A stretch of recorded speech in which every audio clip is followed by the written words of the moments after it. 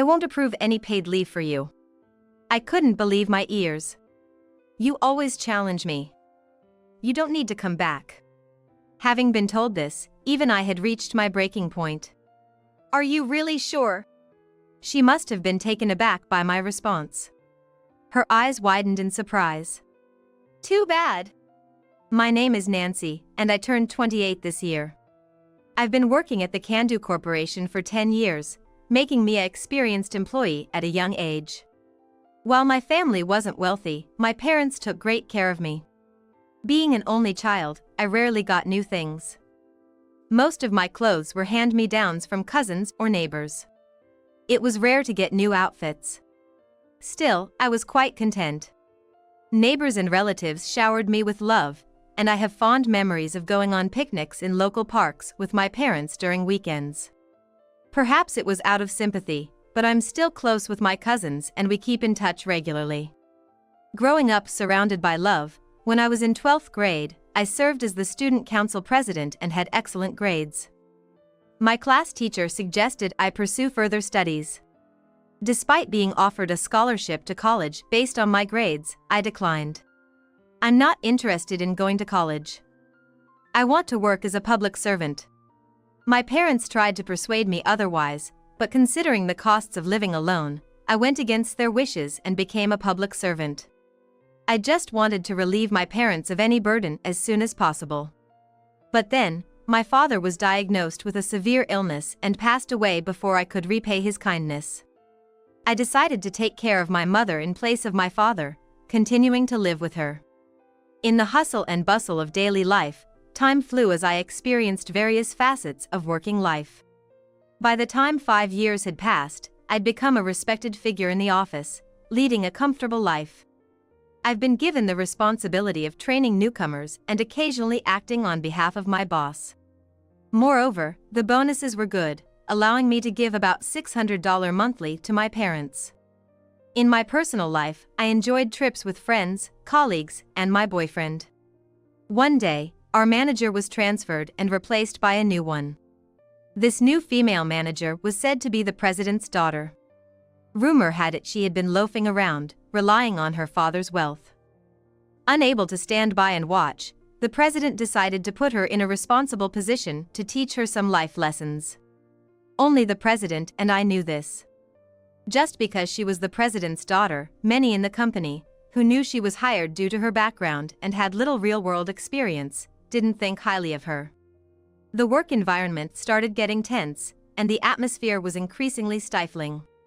And to think the trouble would eventually come my way.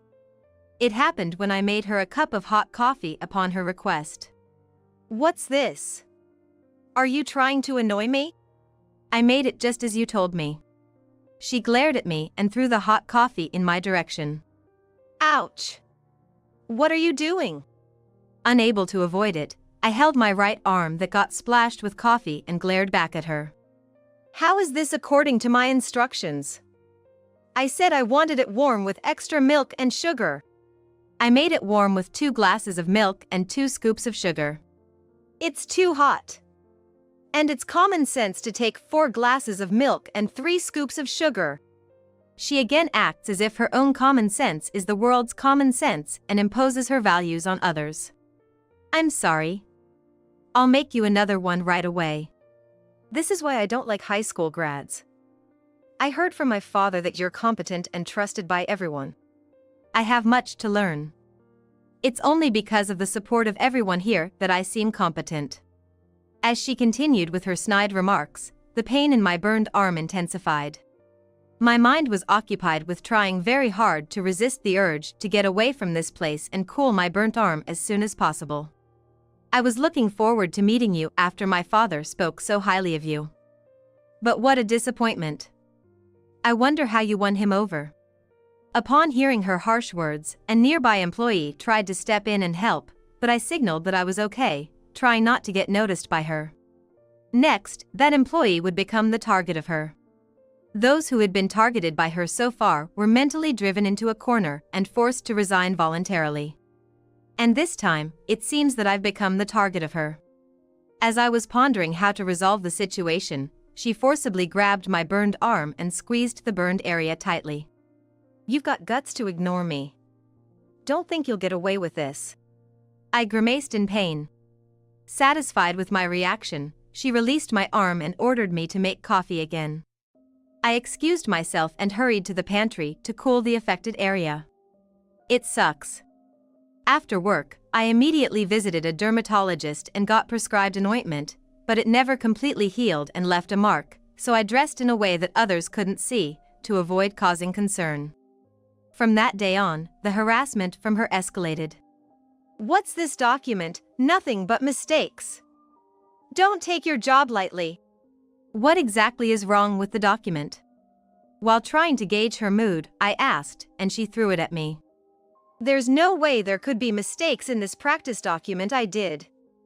And yet, to be pointed out like this with a red pen, it's unpleasant." I sighed at the immature behavior of such a grown adult. To be frank, this document clearly needs to be redone due to its inadequacies. You came into this department without understanding anything. I would appreciate it if you could accept the mistakes honestly and acquire knowledge appropriate for a manager. As a trainer, I've been assigning tasks to her, utilizing the experience I had with new employees so far, but nothing seemed to get through to her, a lump of pride. "Don't talk back. You guys should just do everything. I'm the manager, so I don't have to do this kind of stuff." That's not how it works. Besides, this is what the president personally told us. You're desperate to be liked by my father, huh? Weren't you from a fatherless family? I was a little surprised when she suddenly brought up the topic of my family. Furthermore, I had never talked about this with her before. To be precise, you have only your mother now, right? Despite working so hard in a poor family, your father wasn't rewarded and fell ill. We're at work now. Let's stop discussing irrelevant topics. I just thought of having a little interaction. What a boring woman. Even I couldn't hide my irritation when she made fun of my parents. You're getting angry, huh? That's hilarious. My parents are very wonderful and respectable people. You, who know nothing, have no right to say anything. She quickly responded to the slight drop in my voice tone. So that's your true nature, huh? Is it okay to have that attitude with the president's daughter? Maybe I should report to my father about your true nature and how I've been treated badly by you. Feel free to do so. Please correct the test document properly and submit it by today. I'm definitely gonna drive you out. As I turned my back on her, she whispered in a voice only I could hear, but I ignored her and returned to my seat. Afterward, her sarcasm continued, but I managed to get her to learn the basics. It's still a long road ahead. Even though they were basics, it included minor things like detailed computer operations and types of documents. I sat on a bench installed on the office rooftop drinking canned coffee during the break to soothe my exhausted body. While thinking about my future, I suddenly received a call from an unknown number on my smartphone. Hello? Is this Nancy? This is Saveview Hospital. Your mother was urgently transported here, but she's in a critical condition. Can you come right away? My mind went blank, and I couldn't remember much afterward. I left an early leave notice on her desk first and caught a taxi to the hospital. Upon arriving at the hospital and explaining the situation at the reception, a nurse guided me to where my mother was. Mom, this can't be true. There lay my mother, with a beautiful and gentle expression, asleep. According to the doctor, my mother had collapsed at her workplace.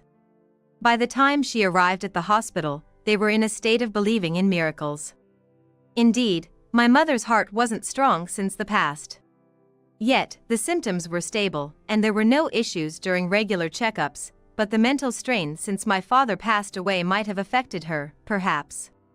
For a time, I sobbed, hugging my mother tightly. After coming home with my mother, as the funeral date has been set, I called female manager to ask for my first ever paid leave. I'm sorry for leaving early today and causing trouble. My mother just passed on, so could I take about a week off for the funeral and all the other stuff that comes with it? Oh, so that's why you left early when I wasn't around? It was an emergency with my mother. Her cold and harsh tone hit hard, considering how down I was. I won't approve any paid leave for you. I couldn't believe my ears. In the 10 years I've been here, I've never taken a day of paid leave. So what? I've contributed so much to this company, so shouldn't I be able to take paid leave to say goodbye to my mother? You always challenge me. You don't need to come back. Having been told this, even I had reached my breaking point. Are you really sure? I'll take you up on that offer. She started ranting, but I unilaterally cut the call without a second thought. The funeral went smoothly. I couldn't just sit grieve, and I kept myself busy, handling various tasks and sending out thank you notes to those who'd been so kind. Took my mind off things for a bit. She tried reaching out multiple times, but I ignored every attempt. A bit later, I got a call from the president, so I made my way to the office after 2 weeks. I walked straight to the president's office. On my way, I bumped into 2 coworkers who consoled me. I'm sorry, but I'm going to the president's office first. Their kindness made me feel a bit better. It's Nancy. May I come in? After knocking and asking permission, I was let in promptly. Hey there, been a while. Heard you've been out of touch for 2 weeks. Doesn't sound like you. My apologies. You see, I laid out everything, not sugarcoating how she had been treating other employees and myself. Hearing negative stuff about his own daughter must have hurt him, but the president listened to every word. I apologize for my daughter's actions. To be honest, my wife and I spoiled her, and this is the outcome. No worries. I think my parents must have felt the same way as parents. Seeing my awkwardness, the president smiled gently. Nancy, you're truly a wonderful lady. My daughter's situation was my judgment error. I've spoken to those who've resigned in the past 2 weeks. I can't apologize enough for that. To the best of my knowledge, this was the first time I'd ever seen the president looking so troubled. Ever since you stopped coming to the department my daughter works in, things have gone haywire. Just the other day, the entire team staged a group protest. Really? I had no idea things had escalated that much.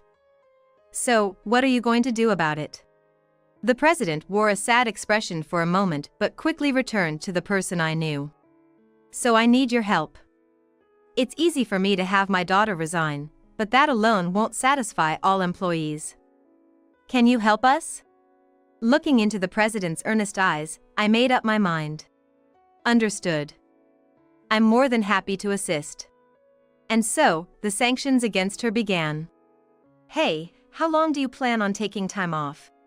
The exasperated female manager finally reached out. Wasn't it you who told me not to come in? It's strange, I'm just following your orders. Don't give me that. We're in chaos here. Get to the office now. Reluctantly, I changed into my work clothes and headed to the office. However, there wasn't a single employee present. It was eerily quiet, just like working on a weekend. It's a weekday today, right? Feels weird. It was when I muttered to myself in an empty office. I heard yelling from a woman and the sound of something being thrown from my department. Peeking cautiously inside, I saw her causing a ruckus. What's going on? I called out from behind her. She swiftly turned and grabbed at me. It's all your fault. Ever since you stopped coming, everyone else followed suit. Now I can't get in touch with anyone. How will you make up for this? I'm not quite following. Can you please not shift the blame? I calmly told her. She let me go and pushed me away. Such an infuriating woman. Even my father won't help. What's going on? How long has it been since everyone stopped coming? Half a day. Because of that, I've been handling calls which I've never done, and I have no clue what to do anymore. The slumped figure of her was pitiful. Her hair was a mess, and the nail polish that she wouldn't remove despite numerous reminders was now chipped. She must have hung her jacket somewhere. There were noticeable frays here and there on her jacket. Seeing her, who had always acted like a queen, now in such a state, I couldn't help but laugh. serves you right. What did you say? This is on you. What did you think of everyone? No one's going to follow someone who just waves their power around without any real skills. As I firmly told her, she approached with her face turning red. Say that one more time. You really want to be banned from the company? Well, I'd like to stay if you resign. Well then, you're fired. I'll be taking over this company. What a pity for you. Too bad. She was wearing an eerie smile, and for some reason, she had a triumphant look on her face. I answered, all right. It was a short time, but thank you very much. It must have been an unexpected reaction. She had her eyes wide open in surprise. You do realize you're fired, right? Of course. Now I should pack up my things. I carefully made my way to my desk, avoiding the papers scattered on the floor. Once there, I started pulling out stuff from the drawers. Wait. Are you really quitting? Yes, why? I asked, tilting my head. Well, shouldn't you at least finish up today's work? Her earlier confidence had disappeared, and she seemed desperate. Do you know that it's illegal to reject a properly justified paid leave request without a valid reason? Huh?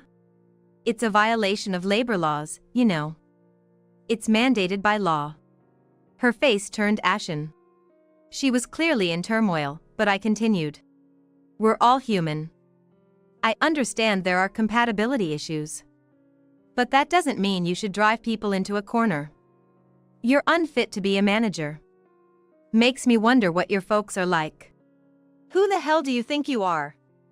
Insulting my parents like that? You're not getting off easy. Well, you insulted my parents too, so you're not getting off easy either. She, shaking with rage, tried to put on a brave face. Our worlds are entirely different. Don't lump me with you. You're really despicable. I heard you said the same thing and drove those who left into a corner. That's right. They treated me like I was worthless, so I drove them into a corner as far as I could. Felt so refreshing when they were gone. I sighed deeply, shifting my gaze to the corridor. Curious, she followed my gaze, muttering, Father? Why are you here? There stood the president. As the president stepped into the department, he walked directly to her. Father, there's been a misunderstanding. No need for explanations. I've got evidence of your deeds. No, they just envied me for my skills and set me up. I did nothing wrong. The president lashed out at her, who tried to justify her actions. You idiot! Because you're so incompetent, I was hoping the competent employees would reform you. Yet under your lead, in the past few months, our performance plummeted and even caused losses to the company.